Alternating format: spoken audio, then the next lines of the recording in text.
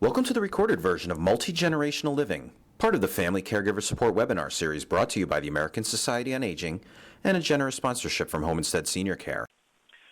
Our presenter today is going to be Dr. Amy Dupree. Dr. Dupree, a gerontological social worker, is an internationally renowned expert on lifestyle issues relating to caregiving, retirement, aging, and family dynamics. Dr. Dupree is president of Essential Conversations, Inc. and Dr. Amy, Inc., a company dedicated to family caregiver wellness. She holds a PhD and master's in social work, specializing in gerontology, and she earned her CSA, a designation for which she also trains others as part of their accreditation. Dr. Dupree is a much sought-after speaker at corporate and professional events on the topics of caregiving, aging, and retirement, and she's also a frequent guest on radio and television. And with that, I would like to welcome our presenter for today, Dr. Amy Dupree. Welcome back, Dr. Amy. Thanks, Steve. I appreciate that. And welcome to all of you.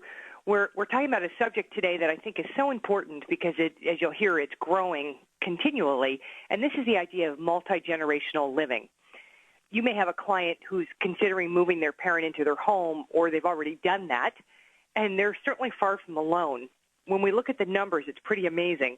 The Associated Press reports that according to the U.S. Census figures and a study that was released in March of 2010 by the Pew Research Center, about 1 in every 6 Americans now lives in a multi-generational household, and that's up 30% since 2000. So this is a huge topic, and obviously one with a lot of growth.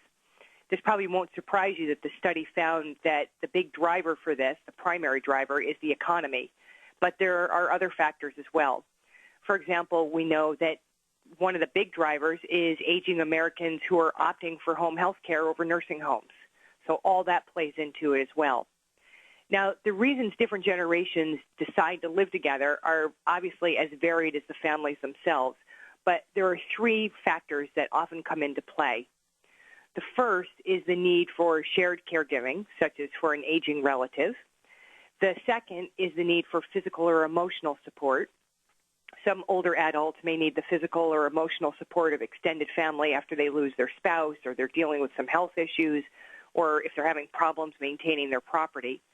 And the third factor is the need for financial help. So as we just said, the tough economy is a factor in this, and that's affecting many, many people, especially older adults living on fixed income. So moving in with family can sometimes save money on food, utilities, and other essentials. Now, we should say we could take all 3 of those factors and reverse them and look at shared caregiving from the perspective of an older adult helping out with their grandchildren and helping perhaps their adult children with the physical, emotional support and helping out with the finances. So this can go either direction, certainly. When you look at the pros and the cons for living within a multi-generational household, there are many on both sides, pros and cons. So what we know is that adult children say that when they are looking at their role as a caregiver, they believe that they're providing the best care possible for their aging parents, and that's the thing that makes them feel best.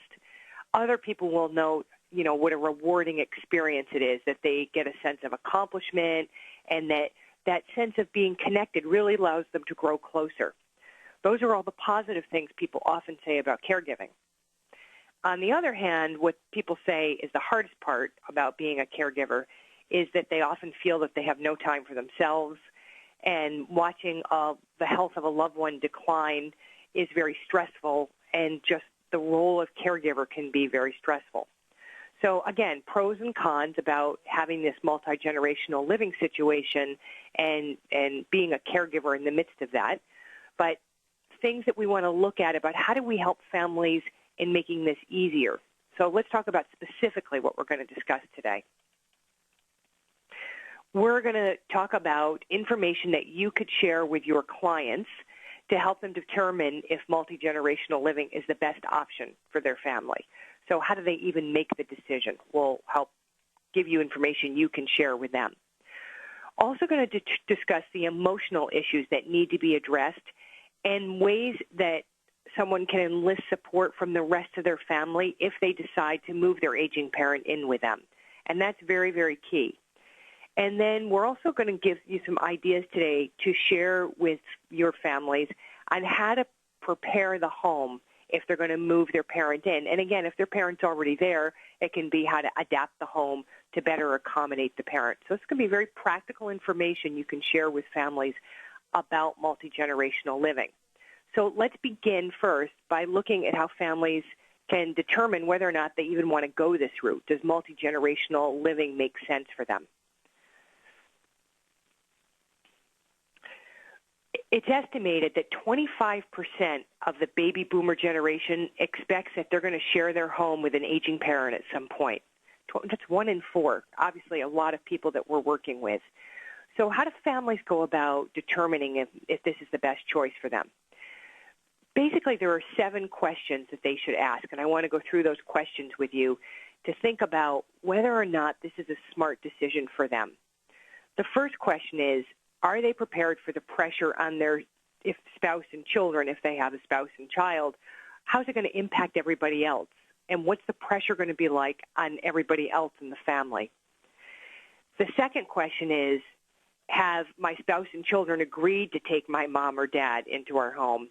And this is really key. I can tell you numerous situations where people didn't get this kind of buy-in from family members, and it made it more stressful because the rest of the family felt that they didn't really get a say in this. And having these conversations make all the difference.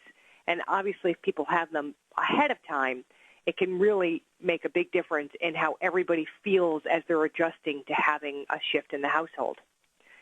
The third question is, have I established a working relationship with siblings or other family members? So in other words, it's important to get the rest of the family on board to understand that if you move somebody in with you, it doesn't mean you're now taking all of the responsibility, that it's still a shared responsibility and you have to negotiate who's doing what. The fourth question that we can share with clients is having them ask, have they anticipated the wear and tear on their own health? Obviously, having somebody living in the household who needs care can be stressful. But for some people, it can also be less stressful than having to drive a half an hour or an hour to go see their aging parent and to not know what's going on. Many people feel more comfortable having the person right in the home with them. The fifth question is, am I prepared for the emotional stress of long-term caregiving? We know caregiving for a long period of time has a reaction. We have a reaction to it emotionally, physically, and we have to make sure that our clients have really thought about this, about the long-term impact, and have they prepared for it? So it's one thing to say, yep, I've given that a thought. It's another thing, how have they prepared for it? The next question is, have I evaluated the financial cost of providing family care? Because there is a cost to it, and we're going to talk about specifically what we know the costs are related to this, because that can help people in thinking about that. And then finally, will I be able to continue to work and provide family care? We know for many people, caregiving can really impact their job situation, so giving thought ahead of time about how that's going to impact is really key. Answering these questions obviously is not easy, and it takes time, and the answers shift sometimes over time. They also have to have conversations with their spouse, the siblings, their employer, thinking about those things. Now, having framed it that way, let's take a look at the advantages and disadvantages you see on your screen. Let's start with the advantages. Having the parent live with them, certainly provides a loving home environment. It also provides an opportunity to develop a close personal relationship with the aging parent. Many of us haven't had a chance to spend a lot of time with our parents as we're adults and we're busy doing other things, and having them right in the home creates a very different kind of relationship. And oftentimes this is a very, very positive situation, and people will talk about the fact that they really have a shift in a very positive way in their relationship with their aging parent. It also can have positive financial implications.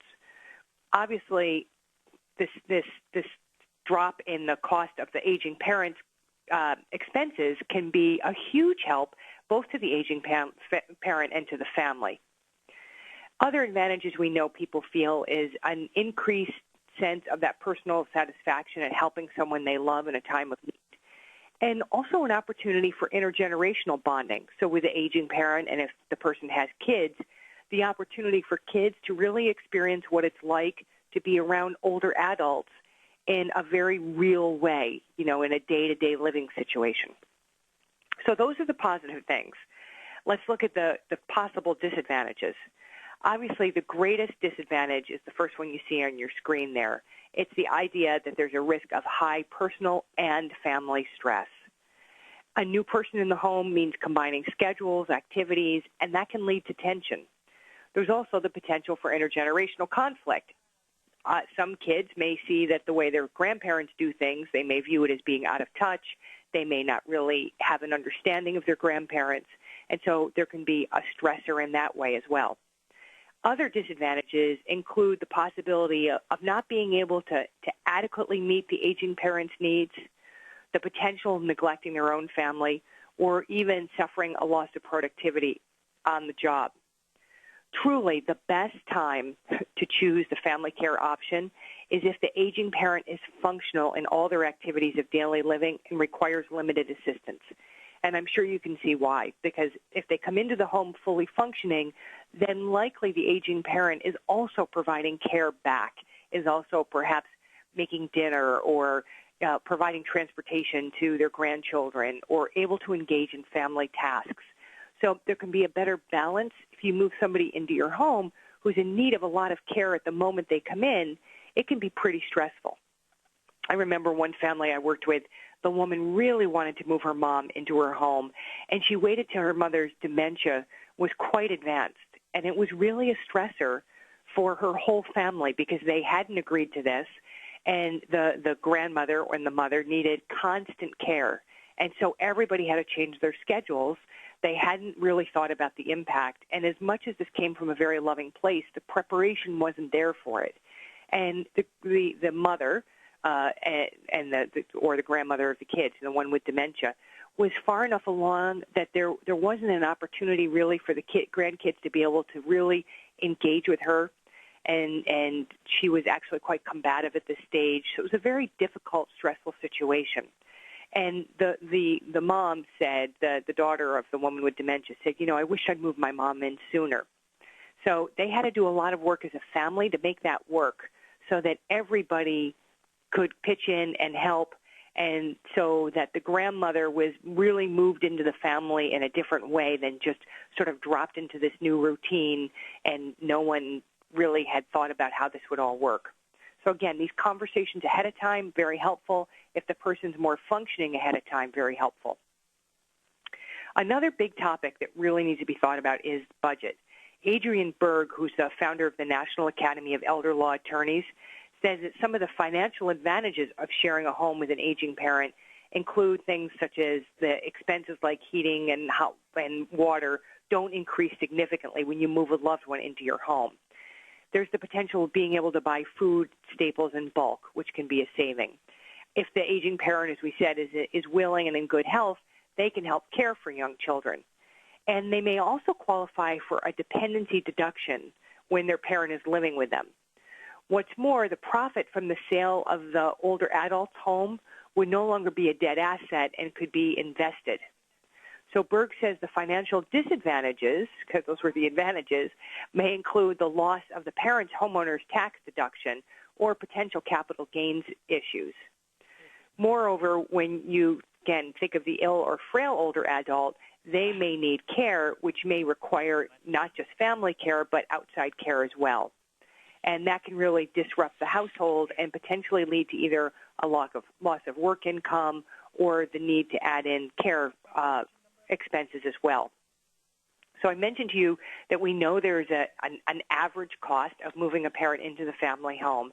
The average annual cost is estimated to be between $5,000 and $8,000. And what that generally covers are out-of-pocket expenses such as transportation and meals and extra utilities. So people really need to weigh that in. $5,000 to $8,000 can, for many families, be a significant burden if it hasn't been offset with some income from the aging parent. Okay, so that's some of the concrete issues. Let's move on to talking about some of the emotional factors that need to be considered. So independent research that was conducted for the Home Instead Senior Care Network by the Boomer Project shed some new light on the growing population of family caregivers who are really choosing to live with and provide care for either a parent, a step-parent, or another older relative. So as you might guess, one of the factors that's driving this is the need for emotional support. Now, certainly living together has its ups and downs. Those positive feelings of care and accomplishment get mixed in with stress. So if you have a client who's thinking about this, as soon as they begin thinking about having the parent join the household, they really need to start by speaking to their spouse and children. Engaging the whole nuclear family in the conversation and getting their support is really vital. The more the whole family agrees to the change from the beginning, the more likely they'll be able to come up with great ideas to make the living situation worse, and the less likely they'll be to either sabotage it or not to participate or to say, this was never my idea to begin with. Experts say that each family member has needs that need to be taken into consideration. And that's really key for the family as a unit to sit down and say, how's this going to work from each of their perspectives? So every person there, their individual needs have to be viewed in the context of the health of the overall family unit. You know, back when I was teaching in a Master's of Social Work program at the University of North Carolina at Chapel Hill, when I taught master's students family systems, we always talked about a mobile and the fact that that's what the family was like. And then if you pick up one piece of the mobile, that what happened was the whole thing got moved. So remembering that is really key for families, and they often can see that visual, that, you know, you pick up one piece and it doesn't just impact that person, it impacts the whole family system. And that's why we really need to encourage whomever's living in that household to sit down together and to talk about how do they think this might work from each of their perspectives, and what as a family can they do together to ensure the success of this. So it's also really key to continue to do certain activities if there are kids in the house with the kids to ensure that they recognize that that family connection hasn't changed. So, you know, that if it was two parents in the household and one or two kids, understanding that even when the mom or dad moves in, that still that nuclear family needs to have time alone together to do things. That is really, really key. Otherwise, kids often end up feeling shortchanged in this. Now, we have a list of 7 tips your client can use to help make multi-generational living more successful. So let's talk about what these tips are, because they're really helpful.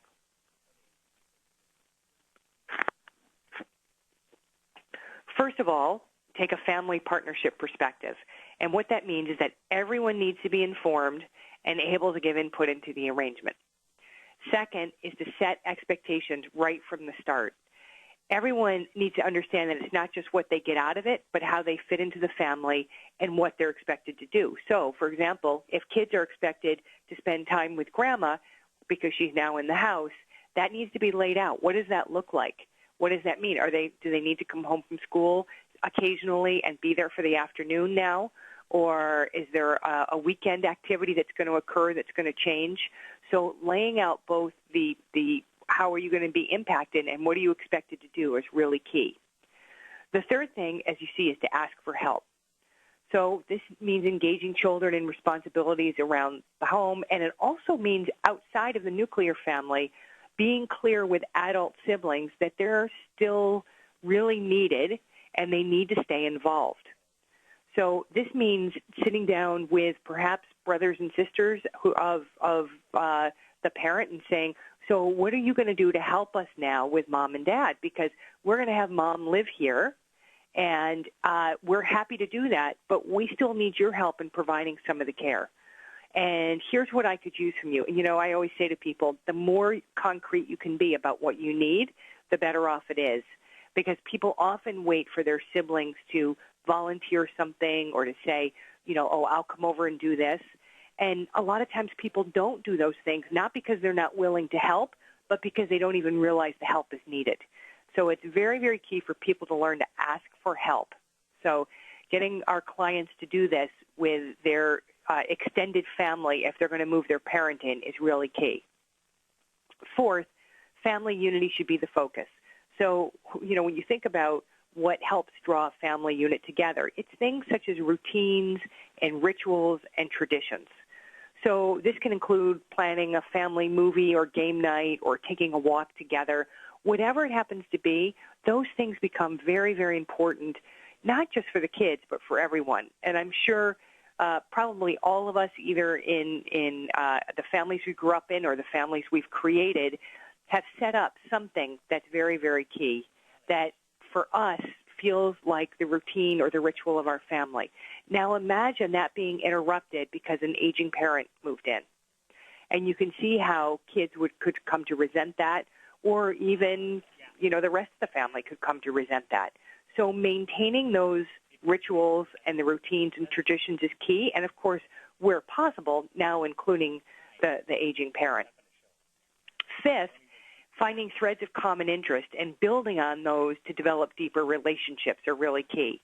So focus on activities that provide simple ways to generate a common bond.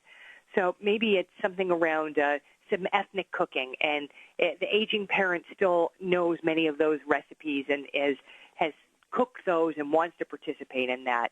Or maybe it's about family history.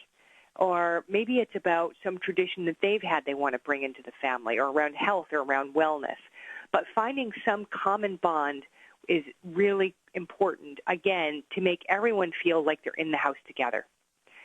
6, keeping the lines of communication open. That's one of those things that we say and we make it sound so easy. And in working with families, this is probably one of the most difficult things for families, is to be open about their conversation, to be open about their needs, to express things to each other. So we really need to encourage families to be as open as possible.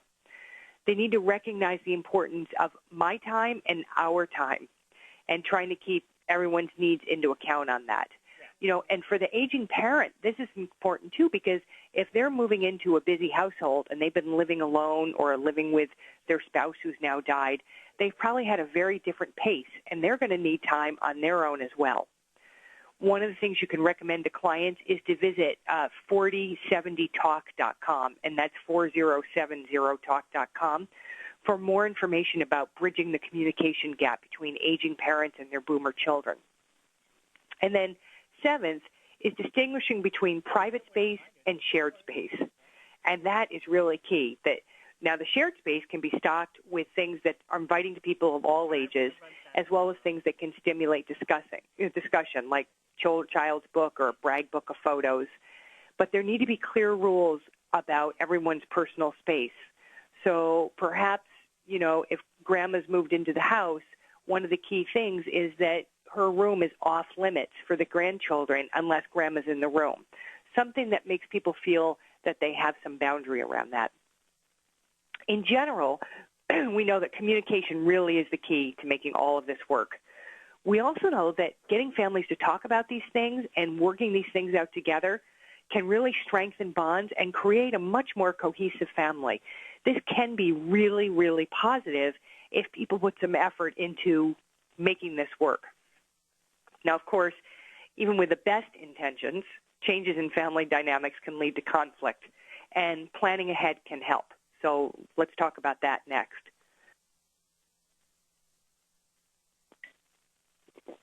So according to a national survey that was conducted by the Home Instead Senior Care Network, 72% of adults who are currently providing care for an aging parent do it without any outside help.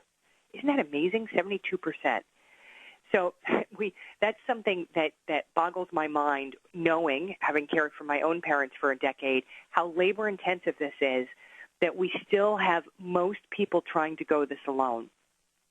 In order to avoid burnout and stress, caregivers really need to enlist the help of other family members, friends, or even consider hiring professional caregivers to share the load.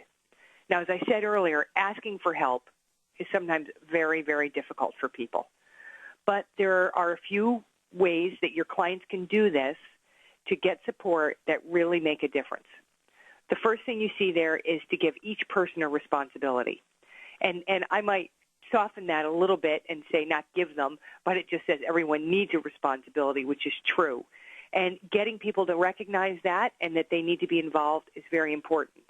So, for example, since the parent's living with them and they're responsible for groceries and meals, perhaps somebody, a sibling outside of there, can be responsible for the medical aspects of care. And maybe another, if there's somebody else, can take mom or dad to social activities. So dividing it up along those kind of ways can be very helpful.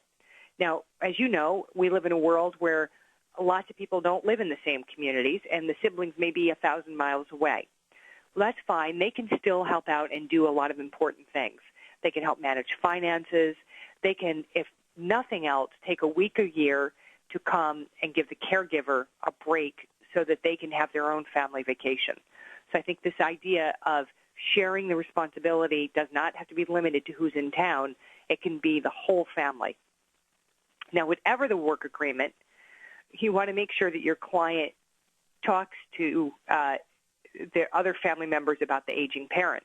And this is really important because what happens a lot of times is that the person who's either living in the house with them or either just the primary caregiver if they're not in the house is what I call the keeper of the information. They don't mean to do this, but they're so engrossed in what's going on in the caregiving, they don't realize their other siblings have no idea what's going on.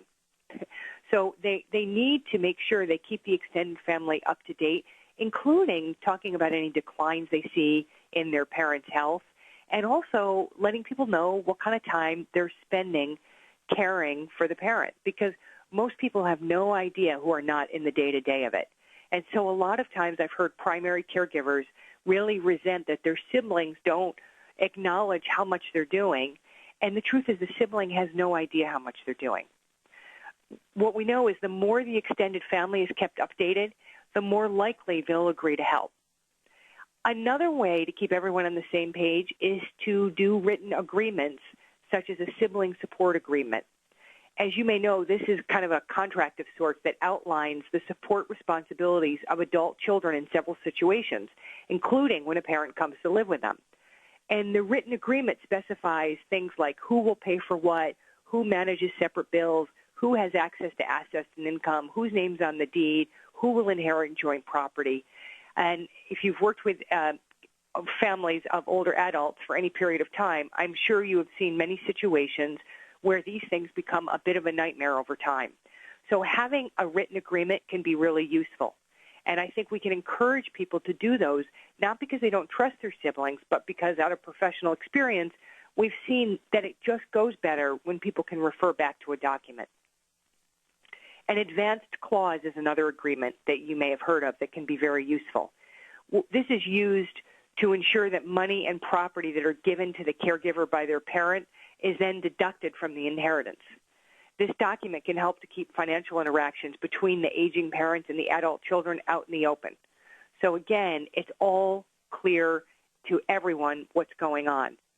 I can't tell you how many conversations I've been privy to with families who felt that one sibling took more money than they deserved, or that that they were somehow bilking the parents while they were caregiving for them. And that may be true, but in many situations, it's simply that the arrangements were not clearly laid out and people had different expectations. So doing something like the sibling agreement and the advance clause can be really helpful. Now, in some situations, families even choose to enter into what we call a personal care contract, which stipulates that adult child providing care for an aging parent for life will receive a lump sum payment after the parent passes. The purpose of this contract is to keep the senior at home or, with their caregiving child, and also to give the caregiver incentive to provide quality of care without having to fear that another family member will contest the payment as a gift given under duress. I just heard a situation recently about a son who cared for his aging mom for years, and he did so with the understanding from the mom that he would inherit the house.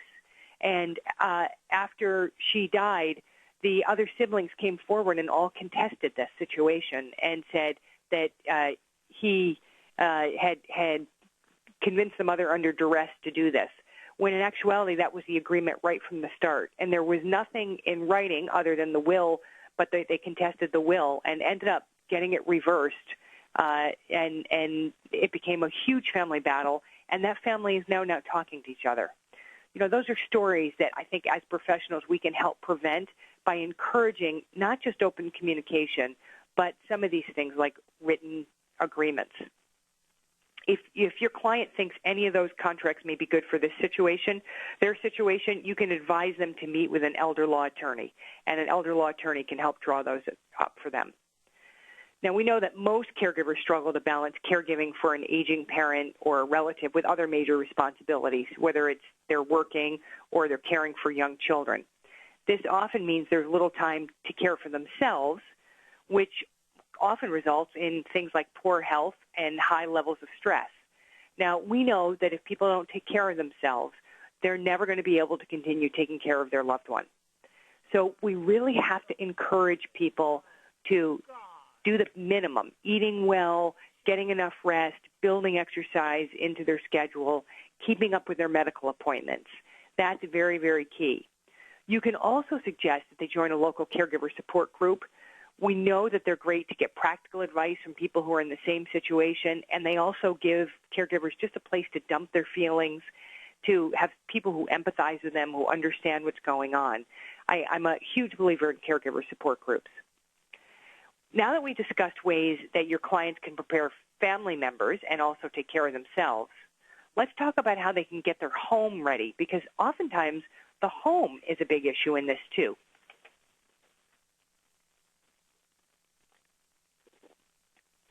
So we know from expert sources that the popularity of building additional living quarters onto either new or existing homes is going to grow as baby boomers age.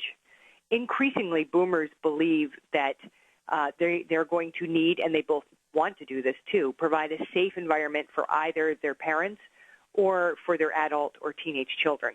So there's this sense of having, a build-on to their home to accommodate all of these family members. In fact, a 2007 survey by the National Association of Home Builders found that 62% of the architects sampled said they expect the creation of second master suites to increase by 2015 in custom and upscale homes. Isn't that amazing? 62% knew that this is, saw this as a trend. So I think listening to the experts there, the architects who are doing this, we can assume that we're going to see an increase in this. Some families add on to an existing home to include what we've commonly called an in-law apartment. And these units are usually attached to the main home, but they have a separate access. And most have, private bed and bath and some additional living space and kitchen area. But for many families, having an aging parent come to live with them means that everyone's in the same house, that there isn't this in-law apartment situation. So that's when you really want to talk to your clients about, is their home really ready for their parent to move in? Because most of us don't think about the hazards of a typical home for an older adult. But it can become very evident after the older adult moves in. So before they move an aging parent in, you can suggest to your client that they consider consulting what is called a Certified Aging in Place Specialist, or CAPS. A Certified Aging in Place Specialist has actually earned a special national educational designation, which means they've learned how to design or modify homes for aging in place. Most CAPS professionals are remodelers, but there's also an increasing number who are general contractors, designers, architects, and healthcare consultants. In general, they will help make sure that a home will be safe and comfortable for the aging parent who's moving in. From aginginplace.com, there are a number of things that we know you can do to modify a home. So when assessing modification needs, here are some things that people need to think about. First is to consider, is the parent using any canes, walkers, or wheelchairs? And if so, then they really need to think about the width of the doors. Are they wide enough to accommodate those things? Are the sinks and counters at an accessible level? And this is very key because many of our homes, especially older homes, just were not set up to support this and may need some alterations to make that work. Next, they should look at room-by-room features and the hallways. So they should ask, how is this room for navigating? Are there ornamental fixtures that are hard to get around? Are there things that need to be moved or maybe modified? They may need to look at the existing flooring. Is the carpeting too high pile and the parent can't get their feet up high enough? Are there area rugs or that are slippery or other flooring that has a slippery surface? All those things can be tripping hazards. And I think I actually told this story in the last webinar, but my grandmother, who lived to be 99, lived in a very, very small place. And, her place was a disaster for getting around, and she walked from piece of furniture to piece of furniture instead of using a walker because she couldn't move the walker within the house. And it was not a safe situation. And I can tell you that countless clients' homes I've been in have had these kind of situations where people have to maneuver around things that should either be moved or doorways widen or something to keep them safe in the long haul. Now, if your client's parent has a hard time getting up or standing, then they really need to spend some time looking in the bathroom, in the kitchen, and sitting areas, making sure there's sufficient space for grab bars. Other considerations are sensory changes. So if their parent has reduced hearing, it might become necessary to have phones and doorbell chimes added to multiple rooms. Also, if there is a hearing issue and they truly can't hear, they can have lights put in to signal when someone's at the door and when the phone's ringing and those things are happening. Also suggest that they make sure smoke and carbon monoxide alarms are near both the sleeping areas and places where they'll be spending the most time. And a lot of homes still don't have the carbon monoxide alarms, and that's very key. They might also consider replacing older detection models with ones that have visual indicators or louder alarms. Again, things that can really help in the case of parents who have sensory changes. Also, think about the fact that as someone ages, it may be difficult for them to open drawers or doors. So they may want to take a look at that. It also can become hard to hold items that may be heavy or turn and hold a fixture. So when making modifications, they want to make sure things like cabinet drawers and doors have D-shaped handles, and that all doorknobs and faucets are lever handled so that they're easy to turn on and easy to turn off. If vision is an issue, which it is for many older adults, they want to make sure that there's proper lighting. And it's also good to make sure that it's easy to distinguish between floor transitions by having contrasting colors between room levels. Many homes have a step in the middle of the home somewhere. Making sure that those kind of things are well marked is really key. And then the last thing that we can suggest is that you talk to your client about coming up with a plan for emergencies so that everybody remains safe. This not only means what to do in the event of a fire, but also what if their parent experiences a medical emergency? Have they thought about that? That means making sure that all family members, especially the young kids, know about dialing 911, know about getting help. It's also important to make sure all of the aging person's medical information, such as health conditions and doctors' names, insurance, list of medicines, is readily available to emergency workers. And everyone who lives in the home should be able to point to them, know where they are, go pick them up, and it should be in a place that's easy to get at. It's very important. And putting it in an envelope on the refrigerator is a wonderful way to make sure it's accessible.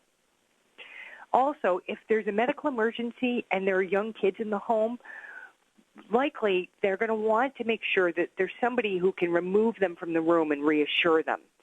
So people need to think about that. Have they designated someone? Is there a neighbor? Is there a friend? Who can they call that could both reassure the kids, get them out of the situation, and also provide backup child care if they're in the position of having to accompany their parent to the hospital? Now, I know that may all sound a bit overwhelming and a lot to think about, but as you know, families who don't think about these things often get into emergency situations and then get into crisis mode. So if we can get them to think about these things ahead of time, it's much more likely that this will be a smooth situation. Okay, so now let's take a look at some resources that can also help to make this an easier transition for people.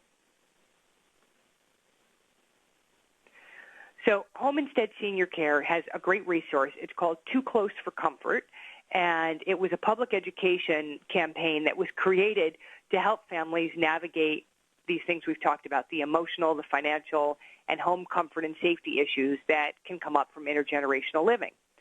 So in addition to the website that you see there, there is also a downloadable booklet called Too Close for Comfort that's full of great information and tips for families facing these kind of senior care issues. And then the Family Caregiver Alliance that you see listed there has a variety of services and publications based on caregivers' needs. They're definitely worth looking at.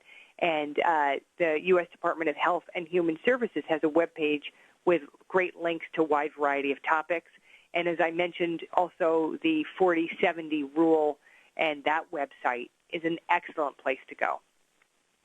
Okay, so let's talk about next steps. Where do you go from here? So I really encourage you to think today, as you're on this call, about who of your clients might need you to talk to them about this.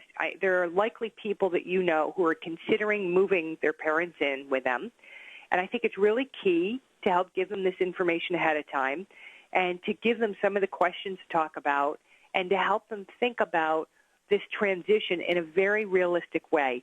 My experience with families doing this is they really, really want to do the right thing by their aging parents, and they don't always think of the impact on themselves and other people and the aging parent. And I think this idea of thinking this through and having conversations with everybody is important and can make a big, big difference. And then I think looking at these questions here and thinking about what do they need to do to get their home ready, as well as to talk to extended family members and make sure that they've gotten the support they need ahead of time if possible, so that they don't try to come from a place of having been feeling that everything's fallen to them and now they've got to dig out of that hole. I think that's very, very important. Okay, I'm going to stop here and I'm going to turn it back to Steve, who's going to open up the line so that you can ask questions. Steve? Great. Thanks very much, Dr. Amy. You're welcome. And it is time for the Q&A portion of today's web seminar. So please text in those questions, and we will pose them to Dr. Amy. Also want to welcome Mary Alexander from Home Instead Senior Care to the call. Welcome, Mary. Thank you, Steve. All right, so if you are ready, Dr. Amy, let's just jump right into it. Okay.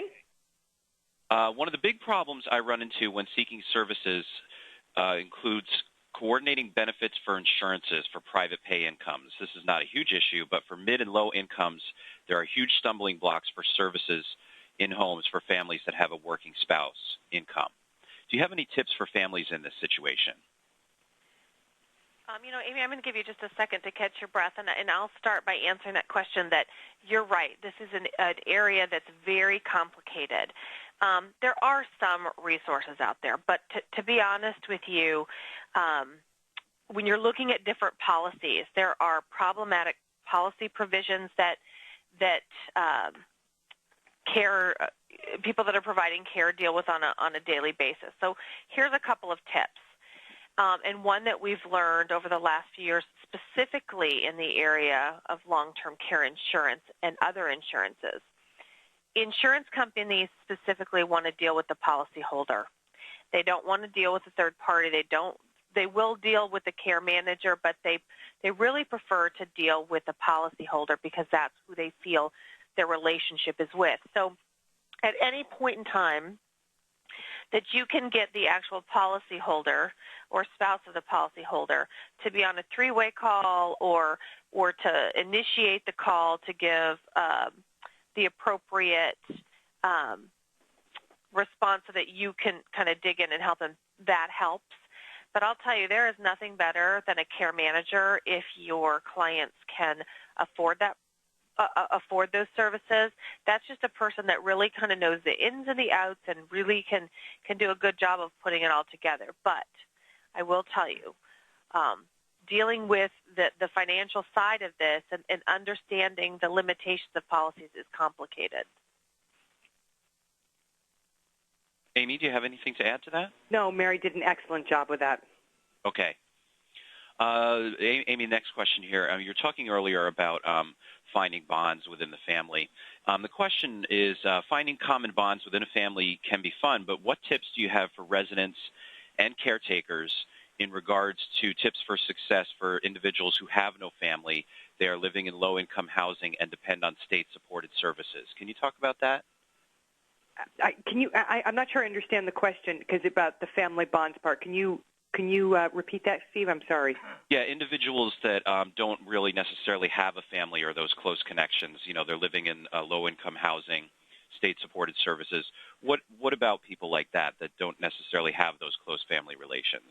The older adults, the aging person themselves. Yes, the okay. How do they? Yeah. So, okay, all right. So, a situation where they can't, if I'm understanding that they are, there's no one that they could go live with, a family member. Okay. Yes. Yeah. One of the things, if they're in low-income housing, I would certainly start looking into some of caregiving that is potentially covered, government-supported. So I would encourage people to consider contacting the adult services unit of the county department social services to see what is available to them for some support. Because if they're in low-income housing, I'm guessing that there may be some care available to them that they could receive that way as well. And then there's also some voluntary organizations that they should consider, including if they're part of a faith community, seeing if there are any options for some help there, and looking at what is offered as far as Meals on Wheels is a fabulous service that's offered to people regardless of income. And again, calling those sort of resources to help get the care that they need right where they're living. Oftentimes, too, in low-income housing, if it's senior housing, in many of these places now, people have been aging in place there, and so sometimes the building themselves have taken a role in helping to do some care coordination. I know a situation where that was true, where people had been living there for a long time, and even though it's independent housing, they recognized the need among the residents, and so there was a care coordinator who helped deal with some of those issues. So seeing if there's anybody there that can help do the care coordination as well. And I'm sure Mary's got some great ideas for this one too. Yeah, Amy, I would say you've probably summed it up. Sometimes when you don't have those resources, you have to start looking for it. And I think that the faith-based group is a great place. They're so welcoming, so inviting, and someone knows someone. But we are seeing as well buildings themselves, senior communities, kind of taking on that role when they know there's not a family close or a family available, and you'll start to just see some normal groups start to form. And so, again, you kind of have to be a little detective and start kind of looking and listening and asking. But the Area Office on Aging is always a great place to start if you have exhausted other resources. Okay, next remark here. Can I just add one thing to that, Steve? Because this came to me and I want to share this. A lot of times, too, in those kind of buildings, there really is a pretty good sense of community, and people can ask other residents about what they're doing. And I've seen situations quite frequently where there's almost a shared care that goes on. So somebody's bringing in a professional caregiver who, while they're taking care of Mrs. Jones, runs down the hall and gets Mr. Smith out of bed because it's 5 minutes to do that, and then comes back. So there's ways that kind of keep the cost down because they're almost sharing a caregiver because the person doesn't need somebody, sitting with them the whole time. So seeing if there's some of those informal sort of situations that occur, I think is a good idea too. Okay, next remark, not really a question, but a suggestion someone wrote in. I want to suggest that families contact their area agency on aging to see what in-home services might be available to them to help with parents' care, such as home-delivered meals, medical transportation, and respite. So just wanted to put that Yep, that's out there what Mary as well. just suggested, and that is really the best place to start in your community. Okay, awesome. All right, next question, and this is a big one. Is there any research on caregiver burnout, and how would you address that? Yeah, I think both Dr. Amy and I, we run across that all the time. And although there's a lot of studies on caregivers, you can look at many different avenues. We just were on the website of the National Family Caregiving Alliance a few days ago, and they have a great study that's out about basically the cost of care for a caregiver. And it's not just the burnout, it's everything. It's if the caregiver feels like they need to make workplace adjustments to their job, if they need to quit their job to care for their for their aging parents. So there's a lot that goes into that, not just the stress of caring, but also the financial impact of caring for someone else.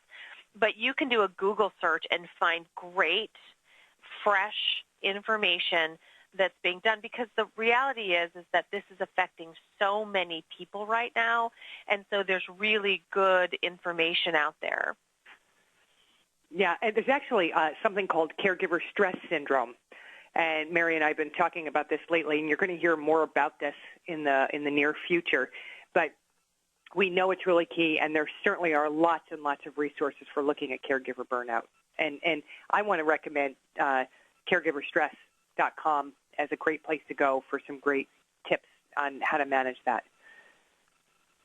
Okay. This next question is another biggie too, so maybe if you could both chime in on it.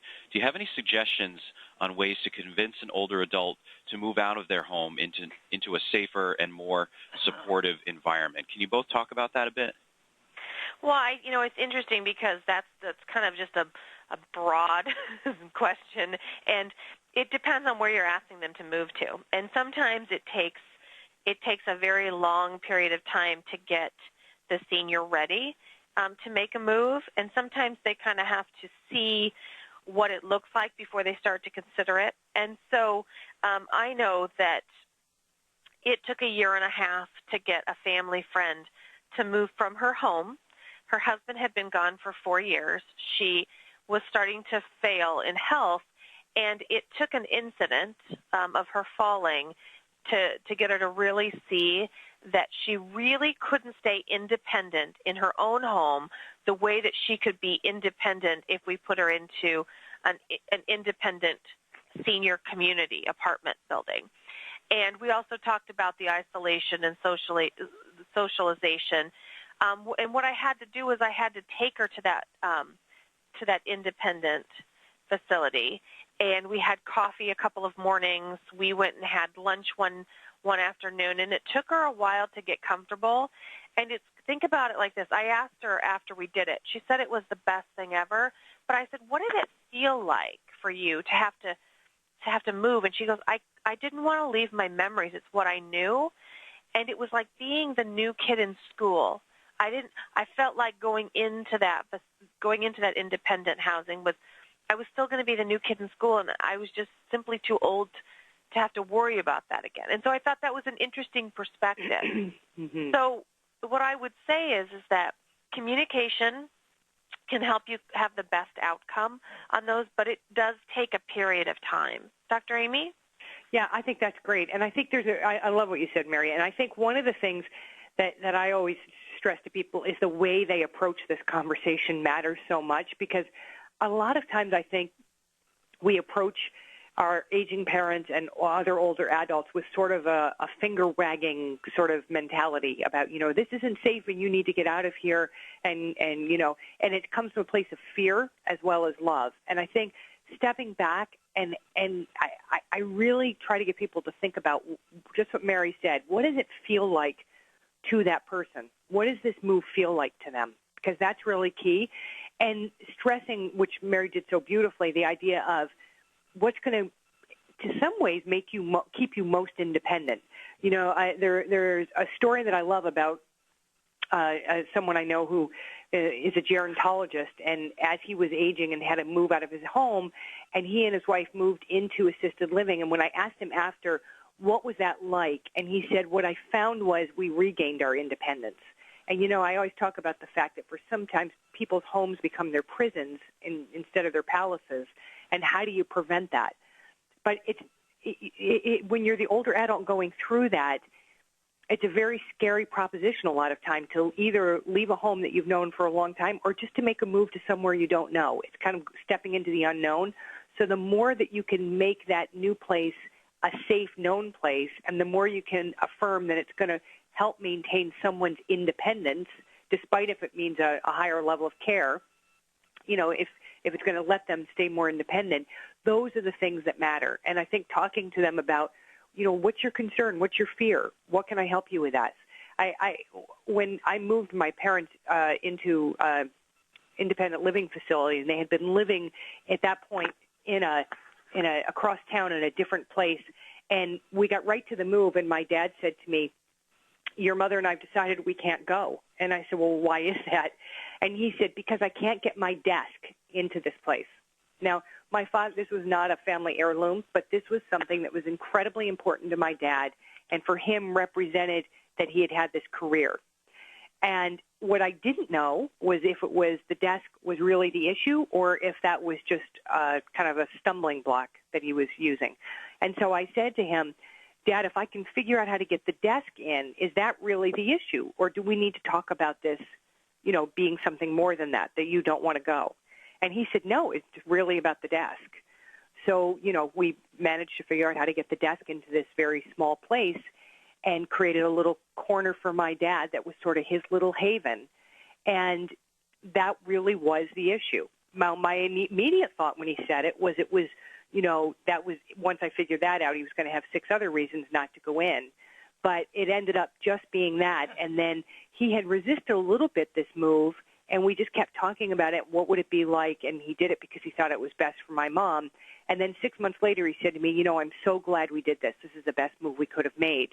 But I really tried to listen to him at each step to hear what his issue was, what was keeping him from wanting to do the move, and just to let him express his concerns about leaving where they were. And I think that that's what we need to help people do more, is just to be able to say, I'm scared about this, or I'm sad about this, and I know this move is better, but I still don't like it. And sometimes, I have a belief that the greatest human need is to feel heard and understood, not agreed with, but heard and understood. And I think we need to really help our clients do that more with their aging parents. Okay. Next question. Do you have any insight or any information? Do you know if there are any foster care type programs for older adults who don't have any children, something similar to foster care programs for minors? Do you know if any such programs exist? Mary, do you know of any? I was just thinking about that. I've recently heard of one. We have Homestead Senior Care has a foundation, and there was just a program like that was requesting some grant funding. So what I would say to the person that asked that question is contact their local area office on aging, and if there is one in that community, they will know about it. And so that would be my best suggestion. I've heard of foster grandparent programs, but I don't actually know the extent of them. Okay. Next question. You might or might not have any information on this, but I got to throw it out there anyway. Do you have any information or any ideas about the upcoming changes to the U.S. healthcare system related to benefits, programs, and services within Medicare and Medicaid that are going to affect older adults? You know what? I'm going to say that I wish we had the answers, but as you know, not everything has been defined yet. They're still working through what all of that means. And so I will tell you that we have a group here just in our company looking at the effects of how does this affect our business, but also how does this affect older adults. And we're still at the point where there's still so much uncertainty that we don't know. I can tell you, regardless of the outcome of this election, that healthcare is changing because it has to. The amount of need, the amount of strain on the healthcare system today is far greater than people thought it was going to be at this point. And so healthcare is changing. A couple of examples of that is just everything you're seeing on TV and reading in the newspaper right now about hospital readmissions and changing Medicare reimbursements for recurring hospital stays or unnecessary hospital stays. That's just an example of some of the Medicare, Medicaid things that have to change because of the sheer strain on our system. So I think it's too early to tell, but we are happy to, if you have questions, we certainly, when we find out information, can do another webinar in the future. Okay. Well, we're just about out of time for today's web seminar, but I want to thank Dr. Amy Dupree and Mary Alexander from Homestead for another fantastic presentation. Thank you for this great information today. Thank You're you. welcome.